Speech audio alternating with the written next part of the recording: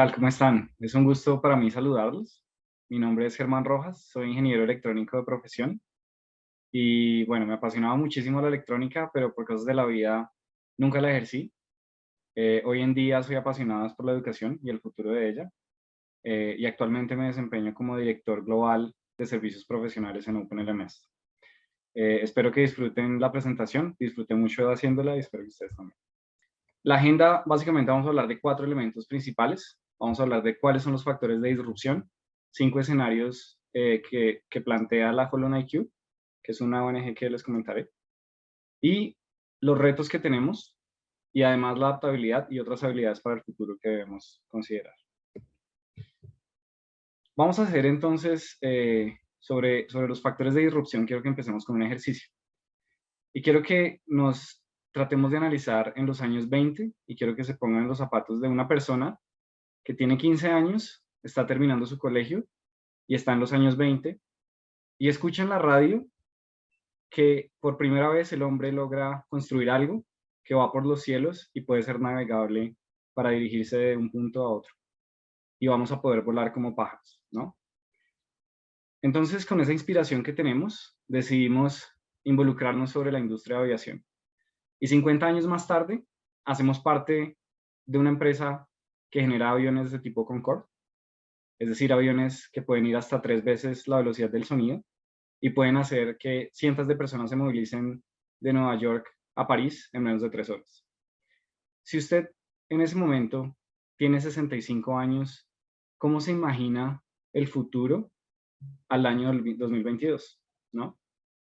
Además, mientras usted hace la reflexión, está escuchando por radio de nuevo que estamos pisando la luna, ¿no?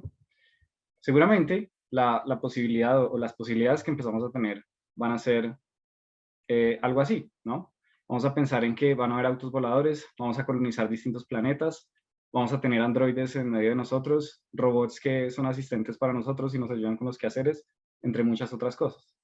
Pero en la realidad es que no sucedió así, ¿no? Parece difícil predecir el futuro. Por otro lado, hagamos el ejercicio desde la educación. Imagínense que usted tiene 15 años y de alguna manera se inspira por la educación y quiere ser docente. Y entonces usted 50 años después es un docente reconocido y la foto de la izquierda nos representa cómo estábamos en los años 20 y la de la derecha cómo estábamos en los años 70 en educación. Si a esta persona o si a usted le preguntaran cómo se imagina la educación en el 2020, 2022, seguramente va a ser algo mucho más homogéneo de todos los cambios que hoy en día hemos tenido, ¿no? La reflexión que quiero que hagamos con este ejercicio es muy complejo prever el futuro, específicamente ahorita el ejemplo es sin duda de 50 años, eh, pero siempre va a ser como desafiante predecirlo. Entonces el ejercicio que vamos a hacer, o los de los factores que vamos a empezar, es de la hiperconectividad. Y dentro de todos estos factores que les voy a comentar, estamos teniendo unas proyecciones a años más cortos, pero aún así no dejan de ser impactantes. Para el año 2023, según un estudio de Cisco, que es desde el 2018 al 2023, vamos a tener 66% de las personas en el mundo conectadas a Internet. Y además de eso, vamos a tener 3.6 dispositivos conectados por persona en promedio para ese año. Hoy en día tenemos una conectividad del 54-55%, es decir, que estamos aumentando entre 11 y 12 puntos porcentuales solo al 2023, es decir, aquí a la vuelta en 2 años. Podríamos esperar que si la velocidad sigue igual de conectividad, en el 2030 vamos a tener algo así como un 80% de conectividad, ¿no?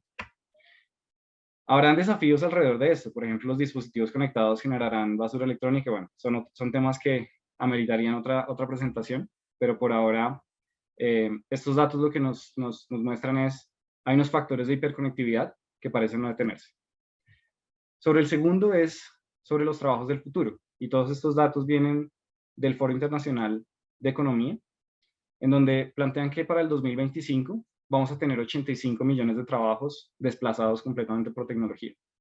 Dentro del top que ellos mencionan, tenemos a secretarios administrativos, vendedores telefónicos, contadores y trabajadores de fábricas de ensamble. Y lo que, entre comillas, podemos decir buena noticia es que 97 millones de empleos se van a generar de nuevas oportunidades. Actualmente sabemos que hay roles de mayor demanda, también basados en el estudio, entre analistas, científicos y científicas de datos, especialistas de inteligencia artificial, ingenieros en robótica, desarrolladores de software y especialistas en transformación digital. Además de todo esto, la proyección para el 2025 es que el 45% de la productividad laboral provendrá de máquinas, es decir, casi la mitad. Hoy en día tenemos algo así como el 32% de la productividad en máquinas, ¿no? Entonces, si nos devolvemos un poquito a este espectro de lo que pensábamos de cómo va a ser el futuro, en realidad tenemos un futuro en el que tenemos, a la vuelta de la esquina vamos a tener casi a la mitad de la fuerza laboral en el 2025 como máquinas que son invisibles. Entonces, Robotina no está caminando como una persona como lo esperábamos en androides o con una llanta, pero sí la vemos cuando tenemos lavadoras inteligentes o un smartphone. Ahora, la diferencia está en que de pronto no todos tenemos esa accesibilidad, que eso mencionaremos más adelante. El tercer factor está relacionado sobre a los sistemas y las nuevas tecnologías que tenemos. Por un lado tenemos Machine Learning, ¿no?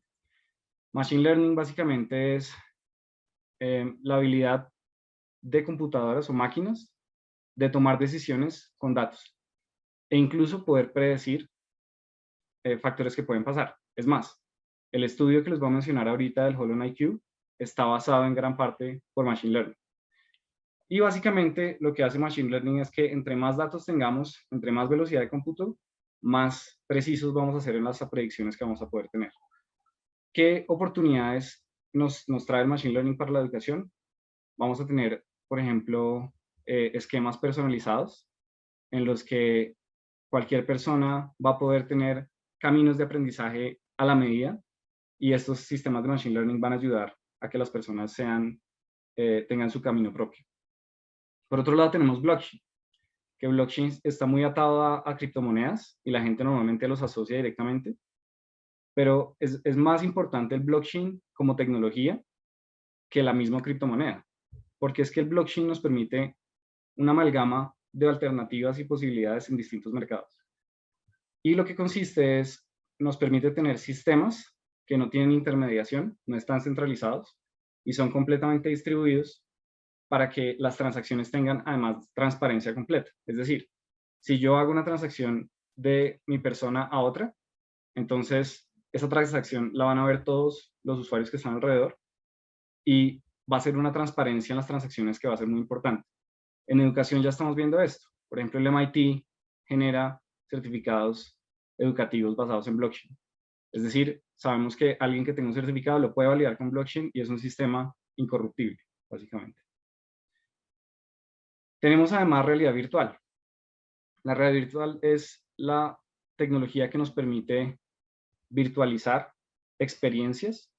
Hoy en día lo más común es tener gafas de realidad virtual, por ejemplo, y muchas empresas están alrededor de eso. Entonces, normalmente, cuando teníamos ciertos segmentos, por ejemplo, la aviación, teníamos simuladores de vuelo que ya implementaban algunos elementos de realidad virtual. Esta opción tecnológica nos va a permitir que vamos a trascender y vamos a tener distintos espacios en donde esa realidad virtual va a ser útil. Por ejemplo, en arquitectura vamos a poder diseñar desde la realidad virtual en planos en 3D, por ejemplo. O desde la medicina, vamos a poder explorar la anatomía del cuerpo con unas gafas en las que vamos a poder, por ejemplo, poder tomar el cuerpo, tener segmentos del cuerpo, decir, este es el corazón, vamos a ver las partes, hagámosle un zoom, girémoslo, revisémoslo, etc. Es más, podemos incluso simular clases completamente síncronas, si es que ese es el caso, con una realidad virtual, en donde además podamos ver todos ese mismo modelo en 3D. El cuarto factor es el cambio poblacional, y es que las proyecciones, y esto lo sabemos, es que cada vez tenemos una expectativa de vida más alta, cada vez vivimos más por los avances que tenemos en salud y en tecnologías, y además cada vez somos más personas. Tenemos proyectado más o menos 8.600 millones de personas para el 2030, es decir, vamos a tener un aumento más o menos de unos 700 millones en estos años, en estos 8 años. Todos estos factores, digamos consolidados, seguramente hay muchos más, pero los 4 principales son estos: hiperconectividad, trabajos del futuro, los sistemas y las tecnologías y el cambio poblacional. Ahora, vamos a hablar de 5 escenarios posibles que de alguna manera están atados a estos factores que plantea HolonIQ. HolonIQ es una organización que se encarga de estudiar la educación, cómo estamos en la educación en este momento, y proyectar también qué mejoras o cómo va ese futuro de la educación, qué startups están innovando, y tiene un seguimiento que va desde talleres, entrevistas, revisiones de expertos, hasta sistemas que hacen revisión de datos con Machine Learning. Los 5 escenarios que plantea HolonIQ van prácticamente de orden del más conservador al más disruptivo. En primer lugar, encontramos la educación como de costumbre, es decir, tenemos todavía los desafíos que actualmente nos agobian, en donde las universidades o la educación es costosa, pero además tenemos problemas de deserción, etc. Y de alguna manera, pues la tecnología nos va apoyando, pero sigue estando latente todos esos mismos desafíos. Altos costos y difícil de escalar también. El segundo escenario es un crecimiento regional, y este es algo que ya estamos viviendo, ¿no?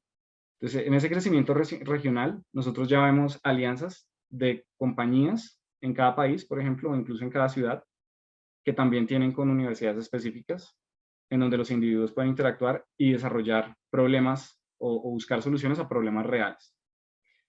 También tenemos gigantes globales que están marcando una agenda importante en la educación. Tenemos a Google, a Facebook, a Huawei, que tienen universidades corporativas gigantes y tienen una demanda tan alta en la adopción de sus tecnologías que buscan poner una agenda específica en la educación. Es más, muchas universidades enseñan cómo hace Microsoft y todas sus herramientas por la forma en cómo Microsoft está marcando mucha de esa agenda. Adicional a eso, tenemos un tema de persona a persona, y es el escenario que plantea, seguramente basado en blockchain, sistemas distribuidos en los que las personas van a poder tener transacciones sin tener una intermediación. Es decir, si yo doy una cátedra como un profesor, por ejemplo, puede que no necesariamente tenga que estar ligado a una gran universidad para tener un prestigio, sino puede que desde ese blockchain yo pueda empezar a formar mi reputación. Y tenemos, finalmente, lo más disruptivo, que es la revolución de IA. Y es un escenario que nos plantean en donde decimos, los robots van a ser capaces, o las máquinas van a ser capaces, de poder aconsejarnos sobre, basados en qué competencias tengo, qué competencias quiero, cuáles son mis intereses.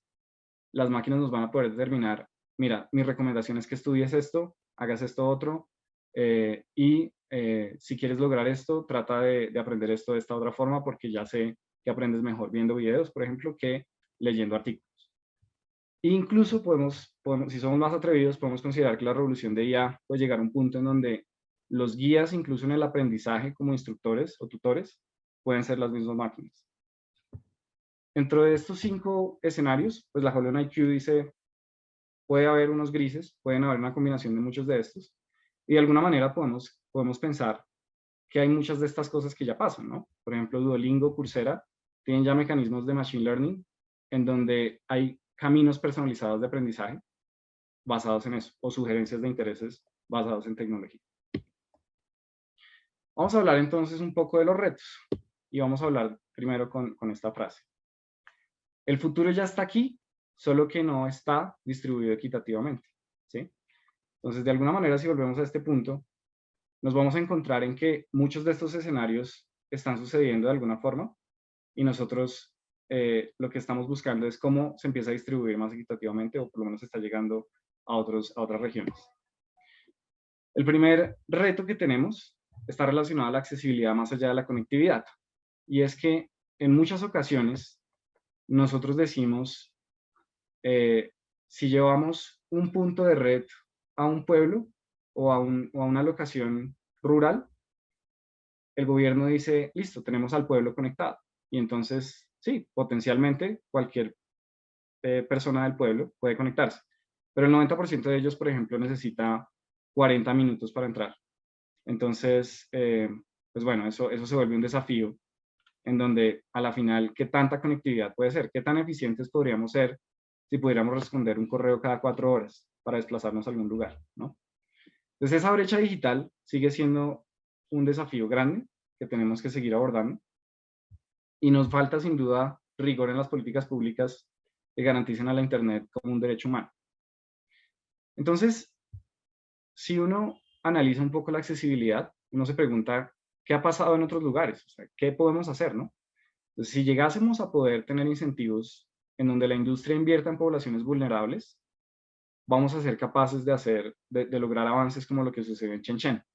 Chenchen era un pueblo pesquero en los 80s, bastante humilde, bastante pobre en China, y lo que hizo el gobierno fue incentivar compañías para que tuvieran inversión y los eximía de determinados impuestos para poderlos motivar a construir elementos de viaductos, elementos de vías, llevar tecnología como tal, llevar energía eléctrica, etc.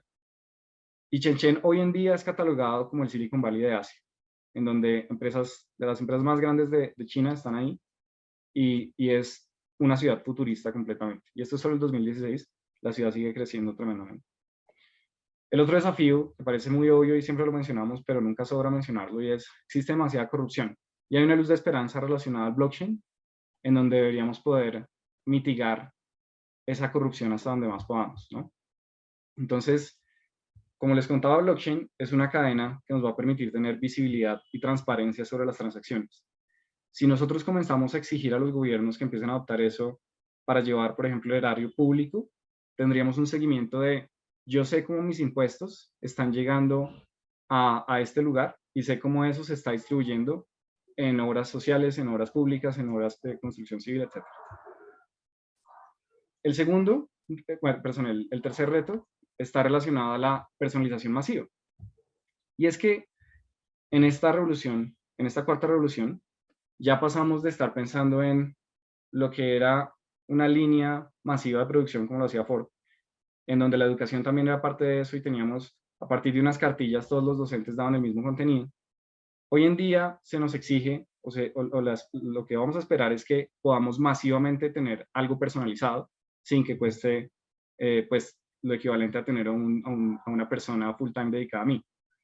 Entonces, partiendo del hecho de que cada persona aprende de una forma única, la personalización masiva debe permitirnos tener accesos distintos, ¿no? Entonces, por eso la importancia de tener alternativas y oportunidades variadas. Y en este futuro, digamos, ya se vuelve un poco, o se vuelve obsoleto el tema de decir si es mejor una educación virtual o combinada o presencial. A la final va a depender de cada persona, ¿sí? Yo estoy seguro que los que están viendo esto habrán cosas que están aprendiendo de forma virtual, cosas que habrán aprendido de un libro, cosas que habrán aprendido presencial. Pues a la final es multicanal y lo importante es generar esas alternativas y oportunidades hasta donde más podamos. La propuesta entonces de educación debe estar además pensada para cualquier edad. Y es que con lo que analizábamos del cambio poblacional, en donde no solo vamos a hacer más, sino además vamos a tener una expectativa mayor de edad y además vamos a empezar a tener una rotación altísima de empleo, necesitamos estar seguros que personas, por ejemplo, de tercera edad o personas de cualquier edad se sienten cómodos para aprender y tienen esa sensación de una personalización en su educación. Esto debe ser entonces también incluyente y adaptable a distintos segmentos, ¿no? Entonces, ¿cómo llegar a esas poblaciones vulnerables también? Y el cuarto reto que quiero poner acá está sobre la educación como un ecosistema. Y es que entre más pasa el tiempo, estamos distribuyendo más esta conversación y es lo que necesitamos. Necesitamos distintas voces, necesitamos diversidad y necesitamos estar seguros que entre todos estamos construyendo. Ya no solo vale con que seamos solo unos pocos hablando de educación para marcar la agenda, sino es todo un ecosistema de todos hablando y aportando ideas para que esto sea mejor. A la final la educación es de todos y para todos. Esa conciencia colaborativa que necesitamos es la conciencia que nos va a permitir en donde las universidades o en general ya no estamos como en burbujas específicas, las empresas en unas burbujas, el gobierno en otra burbuja y las universidades en otra, sino que tenemos una visión mucho más holística en la que estamos resolviendo problemas reales y estamos aportando soluciones enfocadas a problemas reales, ¿sí? Adicionalmente, tenemos el reto de capacitar para las habilidades del futuro. Y es que nos espera una demanda de miles de millones de personas. De por sí, la demanda actual es bastante alta, vamos a tener una demanda altísima en educación, con edades variadas, como lo comenté, y con personas que van a necesitar una educación continua en cualquier edad. Necesitamos además cultivar el deseo de mejora continua. Y es que por muchos años hemos estado tratando de cultivar una perfección individualista, ¿no? Nuestro mismo sistema educativo nos genera un tema de notas en donde todos queremos tener esa perfección y en realidad nadie puede ser perfecto, uno, y segundo, con algo tan dinámico y tan volátil, buscar esa perfección solo nos va a generar frustración y en realidad lo que necesitamos es más sensatez en poder reconocer nuestros errores, saber qué nos hace falta aprender, poder demostrar nuestras vulnerabilidades y seguir mejorando. Entonces, un poquito para, digamos, resumir estos 4 retos, tenemos la accesibilidad, más allá de la conectividad, personalización masiva, la educación como ecosistema y capacitar para las habilidades del futuro. Ahora, vamos a entrar un poco a hablar de adaptabilidad y les voy a contar un poco de una historia personal y es, como les comenté al principio, yo soy ingeniero electrónico y yo era súper apasionado por la electrónica. Disfrutaba muchísimo todo lo que aprendí y es conocimiento que valoro mucho, pero jamás lo ejercí y hoy en día, digamos, bueno, terminé en ese entonces estudiando de forma empírica cómo programar, empecé a programar en una empresa, después aprendí cómo poder empezar a liderar equipos y me apasioné por eso. Entonces mi pasión también está relacionada a cómo gestionar equipos, cómo tratar de que el equipo se sienta bien, cómo motivar, etc. Y a la final terminé súper apasionado con la educación. Entonces, todas estas adaptabilidades o cambios es algo que pasa en nuestra época. Digamos que mucho tiempo atrás era muy extraño que tuviéramos como tantos cambios y no tuviéramos como unas oportunidades tan específicas frente a lo que estudiamos o a lo que nos quisiéramos enfocar. Entonces, vamos a hablar desde 2 puntos de vista, de cómo poder ser adaptables desde un punto de vista de organizaciones o entidades y cómo ser adaptables de temas individuales, o sea, individualmente como personas. Entonces, en la parte de instituciones necesitamos agilidad no solo en pandemias, y esto aplica para todos. No solo basta con que podamos ser rápidos cuando hay pandemia, entonces, por ejemplo, lo que nos sucedió en Perú, en donde el gobierno no tenía forma de acreditar educación si no era presencial, o 100% virtual no había forma. Y tuvieron que crear todo un programa como de emergencia para COVID, en donde sí podían empezar a acreditar las universidades. Entonces, de alguna manera hay una serie de cosas que nos detienen, burocracias, modelos que no van a la misma velocidad de la adaptabilidad que necesitamos, y esa agilidad la necesitamos en instituciones, en corporaciones y en gobierno, y esas exigencias las tenemos que hacer también. Tenemos también el tema de localización para soluciones reales, ¿no? Entonces, la localización básicamente consiste en, necesitamos tener todo un contexto global para entender qué está pasando en todos lados, pero sin duda vamos a tener unas necesidades locales muy específicas.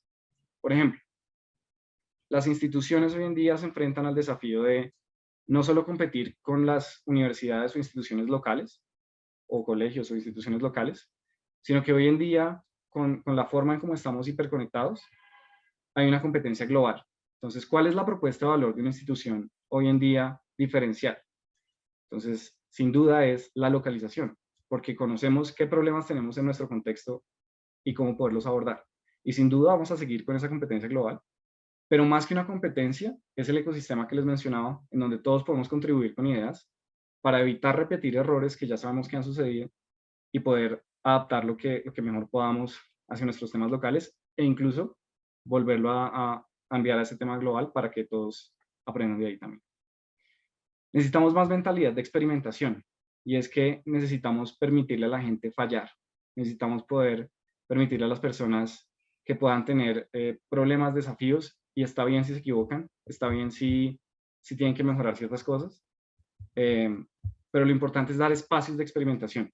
Y aquí las instituciones tienen un rol muy importante, incluso las empresas mismas que ya lo han venido haciendo. Hoy en día es más valioso una persona que esté capaz de retar ese status quo para poder mantener una innovación constante en las compañías. Y por último, tenemos que valorar las ideas por su valor, no por quien las dice. Entonces, acá es un poco el tema de la experiencia nos genera un sesgo frente a las decisiones. Y es que si yo llevo haciendo algo de la misma manera 20 años y llega un practicante o una persona muy nueva a decirme que hay algo nuevo que lo hace mejor, mi naturaleza va a decir que no está bien y voy a tratar de evitarlo. Y es algo que nos pasa en todos los niveles. Entonces, la valoración de ideas por su valor debe ser una forma en la que nosotros tengamos una conciencia de necesitamos escuchar independientemente de las personas que lo estén diciendo, independientemente incluso de su experiencia. La experiencia empieza a tomar un valor relevante a nivel de que pueda ser tangible y utilizable. Es decir, si yo no solo tengo experiencia en algo, pero además he tenido la adaptabilidad de poderlo mejorar, eso va a ser valioso. Pero con los años, incluso la experiencia nos puede jugar un poco en contra para poder ser adaptables, y empezar a ser conscientes es el primer paso. Ahora, vamos a hablar un poco desde el punto de vista individual. Y entonces, lo primero es que necesitamos aprender a desaprender.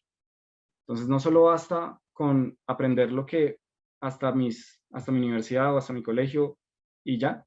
Hoy en día necesitamos seguir mejorando y aprendiendo cosas porque la volatilidad de los trabajos va a ser tan alta que las ideas van a tener un espacio en donde tengo que aprender nuevas cosas y tengo que estar abierto para eso. Entonces necesitamos también aprender a desaprender y a aprender. Necesitamos también liderazgo e influencia social. Y cuando hablo de liderazgo no me refiero a alguien señalando a otros y diciéndoles qué hacer. Me refiero a tener una identidad o una conciencia de cómo estoy afectando, cómo puedo influir mi entorno, teniendo en cuenta qué habilidades tengo y cómo esas habilidades pueden ser útiles a un determinado grupo. Y cómo puedo inspirar a otros para que también se sumen a mi causa. Entonces, los líderes, los buenos líderes, en realidad son líderes, por ejemplo, y lo que hacen es trabajar para la gente. Entonces, esto también un poco es cambiar esa mentalidad de si eres los ministros o si trabajas en el gobierno, todos te damos pleitesía. En realidad, ellos trabajan para nosotros y todos deberíamos tener esa mentalidad. Un jefe trabaja para sus empleados y deberíamos como invertir esa pirámide un poco digamos, de jerarquía. Tenemos también la creatividad. Y la creatividad es algo que nos enseña, ¿no? Si uno quiere ser creativo, no es como, bueno, te voy a enseñar los 4 pasos para ser creativo. No es tan sencillo. La creatividad necesita espacio, necesita que tengamos espacios para aburrirnos. Necesitamos que, si estamos en redes sociales, tengamos el tiempo de desconectarnos por un momento y poder enfocarnos en decir, listo, sí, voy a pensar en mí, y así me aburra, los momentos de aburrición son los espacios que más creatividad nos generan. Necesitamos gente además con pensamiento crítico. No puede ser que en un mundo infoxicado, que ya tenemos mucha información por todos lados, en el 2030 créanme que va a ser peor. Necesitamos personas que puedan tener un pensamiento crítico para determinar si algo es o no real, si algo no es verdad, y poder indagar sobre eso. En un mundo donde tenemos todas las respuestas al alcance de nuestros dedos, lo más valioso es hacer las preguntas correctas. Tenemos también que tener una conciencia de nosotros mismos. Entonces es poder reconocer mis errores, mis vulnerabilidades e incluso poder saber a qué quiero llegar, ¿sí? Y con todos estos componentes vamos a ser capaces de tener esta búsqueda a propósito que los japoneses denominan Ikigai, y es básicamente 4 elementos. El primero es querer ser o buscar la forma de qué es lo que me gusta y poderlo hacer, que eso sea útil para otros, que eso que estoy haciendo además, ojalá y me paguen, y eso que estoy haciendo pues tenga un impacto que me llene a nosotros espiritualmente. Entonces, un poco para concluir, tenemos un futuro incierto, pero que es bastante prometedor. En un mundo en el que las cosas tangibles, en donde una idea pesa más que un kilo de oro, vale más que un kilo de oro, lo intangible empieza a valer más, y para todos va a ser evidente que invertir en educación es la mejor mina de inversión que podemos tener. La accesibilidad entonces se vuelve supremamente relevante para todos y para todas, porque nos vamos a dar cuenta que es una manera en la que vamos a poder explotar esta mina. La inteligencia colectiva además va a ser más consciente, porque entre todos vamos a estar enfocados a problemas más reales, y estamos avanzando para que la precarización laboral mejore. Entonces, espero que con todo esto, los desafíos nunca se van a acabar, y esperemos que las personas logren su Ikigai más frecuentemente. Muchas gracias. Para terminar rápidamente, tenemos acá un tema de, bueno, los quiero invitar un poco a OpenLMS. Tenemos una comunidad en los que quisiéramos invitarlos. Es una comunidad abierta, pueden entrar completamente gratis. Se pueden suscribir también a nuestro magazine, en donde hablamos de estos temas y queremos mantener viva la conversación. Y acá está mi información, german.rojas@lms.net, es mi correo. Y abajo el link de mi LinkedIn, que es Germán Rojas M. Muchas gracias por el tiempo.